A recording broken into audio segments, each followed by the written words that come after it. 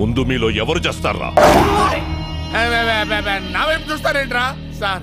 జీవితంలో ఒక్కసారైనా సరే స్థాయి మసాజ్ చేసుకొని చచ్చిపోవాలని సార్. అది అరేంజ్ చేసి చంపేసేయండి సార్. అందరూ కింద కూసుంటే నువ్వెందిరా పైన కూసుంటావు? ఏడైతే ఉందిలే సార్, మీరు కోర్టుకి ఇచ్చిన తర్వాత కింద పైన తేడా తెలియటం లేదు.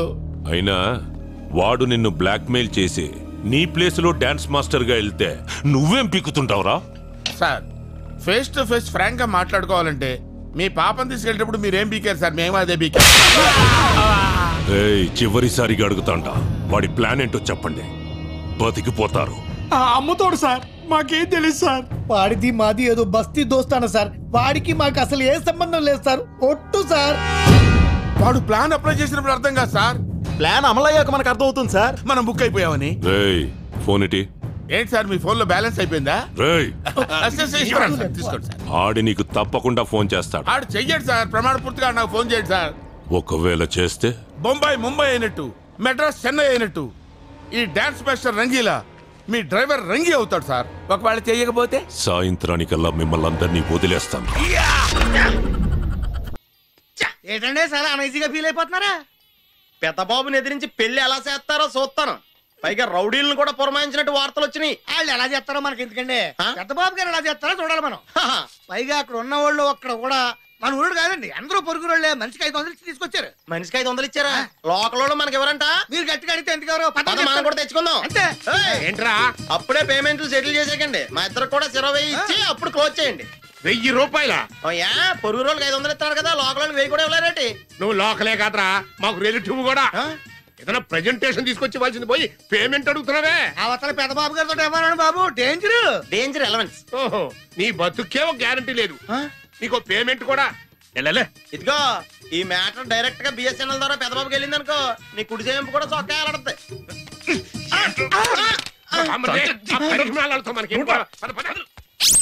నువ్వేంట్రా అంత సాకులో ఉన్నావు? నా సెల్ అండి. మీ సెల్ అయితే నా సెల్ అయితే మీ సెల్లే కదా, అన్యాయంగా పగిలిపోయింది.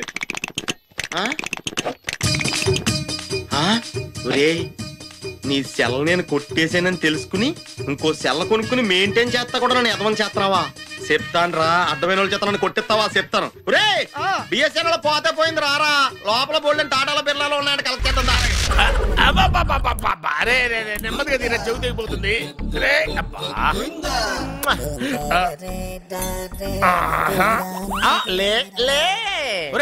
అమ్మయ్యా, ఇప్పటికైనా నన్ను లేపాలనిపించింది. ఎవరండి మిమ్మల్ని నన్ను కట్టేసింది? నేనేనండి. ఎందుకు?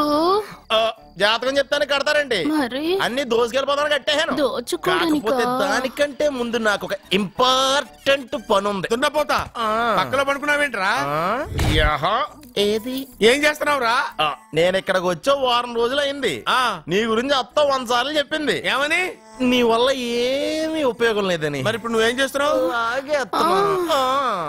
అరే అరే రే, అది నేను పెళ్లికి పెట్టిన ఉంగరం రా.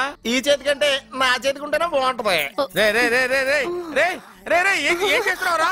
అమ్మో రే, చెయ్యిరా. వేడి వయసు ఏంటారు అక్కడ? రే రే రే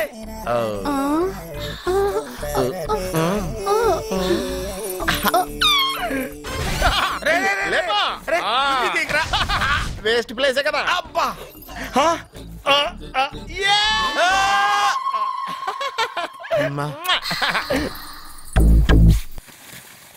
వీడున్న చోట కనక వర్షం కురుస్తుందన్నారు, ఇదేనా? అయి నా జాతకం పేపర్లు కాదు. రిజర్వ్ బ్యాంక్ లో పనిచేసే క్యాషియర్ ఇంటికి ఒకసారి దొంగతనానికి వెళ్ళాను. అక్కడ ఆడి జాతకం పేపర్లు తప్ప నాకు ఆడు చూస్తే ఫ్యాట్ గా ఉన్నాడు. నువ్వేమో 30+, ఆడేమో 50+. నువ్వు వీడిని మైనస్ చేసేసి మీ ఇంటికి వస్తున్నాడే 20+. ఆడిని ప్లస్ చేసుకున్నావు అనుకో, నీ లైఫ్ హ్యాపీగా ఉంటది. నీ చేత్తో భోజనం తిన్నాను కాబట్టి మావయ్య గారు నీకు ఇచ్చిన లైసెన్స్ వదిలేసి వెళ్ళిపోతున్నాను సెంటిమెంట్ గాని. వెళ్ళొస్తానే. సారీ. అర్జునా, అర్జునా రే, అర్జునా, అర్జున్. ఎందుకు అరుస్తారు? నేను పిలుస్తాను. అర్జునా. నేను అర్జునా అని అంత గట్టిగా పిలిచినా రాలేదు. అది అర్జునా అని పిలవగానే సైమని వచ్చేసావేంట్రా? ఈ పరమానందాన్ని పరమపితగా చేసింది ఎవరు? ఇంకెవడ్రా?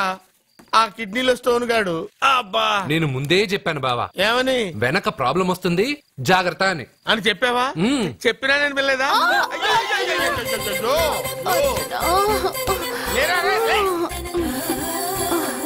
వెనక ప్రాబ్లం కంటే ఈ ప్రాబ్లం తట్టుకోలేకపోతున్నాను రా.